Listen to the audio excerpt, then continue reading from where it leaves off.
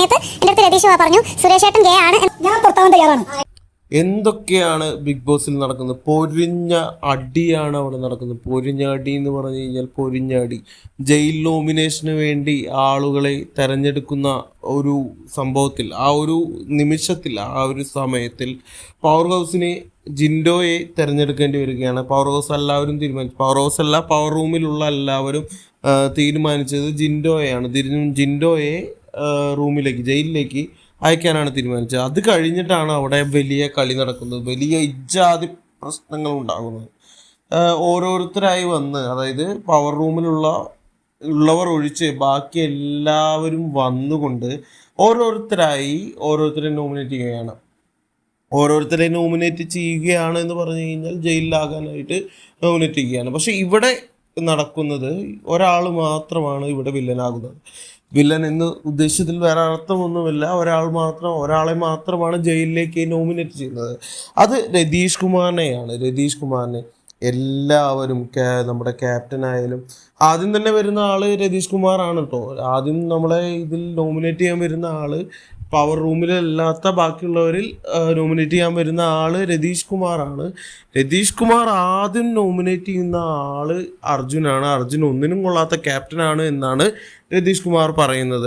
എന്നിട്ട് ബാക്കിയുള്ളവരുടെ ഊഴം വരുമ്പോൾ എല്ലാവരും ഒരേ സ്വരത്തോടെ നമ്മുടെ രതീഷ് കുമാറിനെ നോമിനേറ്റ് ചെയ്യുന്നു, ജയിലിലേക്ക് നോമിനേറ്റ് ചെയ്യുന്നു. എല്ലാവരും ഒരു സ്വരത്തോടെ. കുറച്ചു നേരത്തെ റോക്കി രതീഷ് കുമാറിനൊപ്പം ഇരുന്ന് സംസാരിച്ചിരുന്ന ആളാണ്. അപ്പോൾ പറഞ്ഞിരുന്നത് രതീഷ് കുമാർ നല്ല ഗെയിമറാണ്, രതീഷ് കുമാറിനെ ഞാൻ ഉപദ്രവിക്കില്ല എന്നൊക്കെയാണ്. പക്ഷേ റോക്കിയും രതീഷ് കുമാറിനെ നോമിനേറ്റ് ചെയ്യുന്നു. പക്ഷേ ഇവിടെ പ്രശ്നമുണ്ടായത്, ഈ വഴക്കിനൊക്കെ ഉണ്ടാവാൻ കാരണം ഇതൊന്നുമല്ല.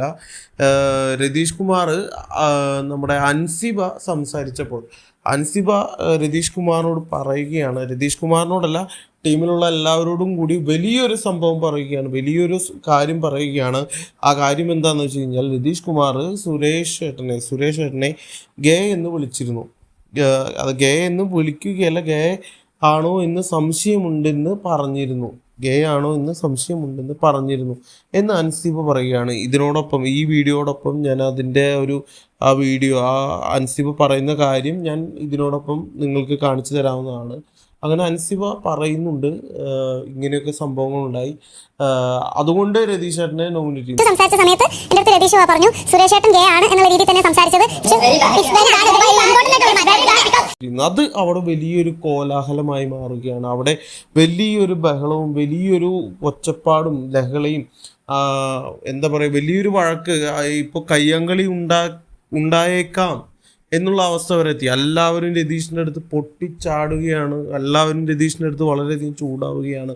എല്ലാവരും രതീഷിൻ്റെ അടുത്ത് എന്ത് ഡീസൻറ്റിലാണ് സംസാരിച്ചത്, ഒരു കമ്മ്യൂണിറ്റിനെയാണ് കുറ്റം പറയുന്നതെന്നൊക്കെ പറഞ്ഞ് വളരെയധികം ചൂടാവുകയാണ്. ഇവിടെ രതീഷ് വളരെ മോശമായി പോയി. അങ്ങനെ ഒരു സംഭവം പറഞ്ഞിട്ടുണ്ടെങ്കിൽ വളരെ മോശമായി എന്ന് തോന്നിക്കുന്ന രീതിയിൽ തന്നെയാണ് രതീഷ് അവിടെ സംസാരിച്ചിട്ടുള്ളത്. അതിലൊരു വേറൊരു തർക്കവും വേണ്ട. എന്തായാലും വളരെ മോശമായി പോയി എന്ന് തന്നെ പറയാം. അതിനുശേഷം പിന്നീട് രതീഷ് കുമാർ സ്വയം ഞാൻ പുറത്തു പോകാൻ തയ്യാറാണ്, എന്നെ എല്ലാവരും കൂടി ഒറ്റയ്ക്കാക്കുകയാണ്, എനിക്കിവിടെ പേടിയാകുന്നുണ്ട് എന്നൊക്കെ പറയുന്നുണ്ട്. അതുകൊണ്ട് ഞാൻ പുറത്തു പോകാൻ തയ്യാറാണെന്ന് ഓളിയിടുന്നുണ്ട്. അതും പോരാണ്ട് ബിഗ് ബോസ് അത് കേട്ട് ദേഷ്യം വന്നു. എല്ലാവരും സൈലൻ്റ് ആവുക, ഞാനിതിൽ തീരുമാനമെടുക്കുക. ആദ്യമായിട്ടാണ് ബിഗ് ബോസ് ഇത്രയും ചൂടാവുന്നത് തന്നെ വേണമെങ്കിൽ പറയാം. അങ്ങനെ രതീഷ് കുമാറിനെയും സിജോയെയും കൺഫെഷൻ റൂമിലേക്ക് വിളിക്കുകയും അവിടെ വെച്ചിട്ട് രതീഷ് കുമാറിനോട് ചോദിക്കുകയാണ്, എന്തിനാണ് ഇങ്ങനെ ഓളിയിട്ട് സംസാരിക്കുന്നത്. അപ്പോൾ രതീഷ് കുമാർ പറയുന്നുണ്ട്, എനിക്ക് പ്രഷർ കയറുകയാണ്, എനിക്ക് എന്ത് ചെയ്യാൻ പറ്റും, എനിക്ക് പ്രഷർ കയറുകയാണ്.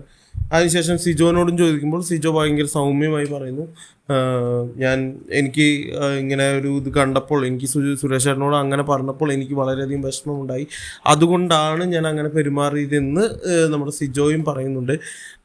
പിന്നീട് സിജോയോടും രതീഷ് കുമാറിനോടും പുറത്തു പോകാൻ പറയുന്നു. രതീഷ് കുമാർ അതിനിടയിൽ സംസാരിക്കുന്നത് മറ്റൊന്നുമല്ല, എനിക്കിവിടെ നിൽക്കാൻ പേടിയാണ്, എനിക്കിവിടെ നിൽക്കണ്ട, എനിക്ക് പുറത്തു പോകണം എന്ന് ബിഗ് ബോസിനോട് ചോദിക്കുകയാണ്. അപ്പോൾ ബിഗ് ബോസ് അവിടെ നിന്ന് ഇറങ്ങി പോടാ എന്നുള്ള രീതിയിലാണ് സംസാരിച്ചത്. അങ്ങനെ പറയില്ലല്ലോ, ബിഗ് ബോസ് മാന്യമായാണ് സംസാരിക്കുക. ഇറങ്ങിപ്പോ എന്നുള്ള രീതിയിൽ ബിഗ് ബോസും പറയുകയാണ്.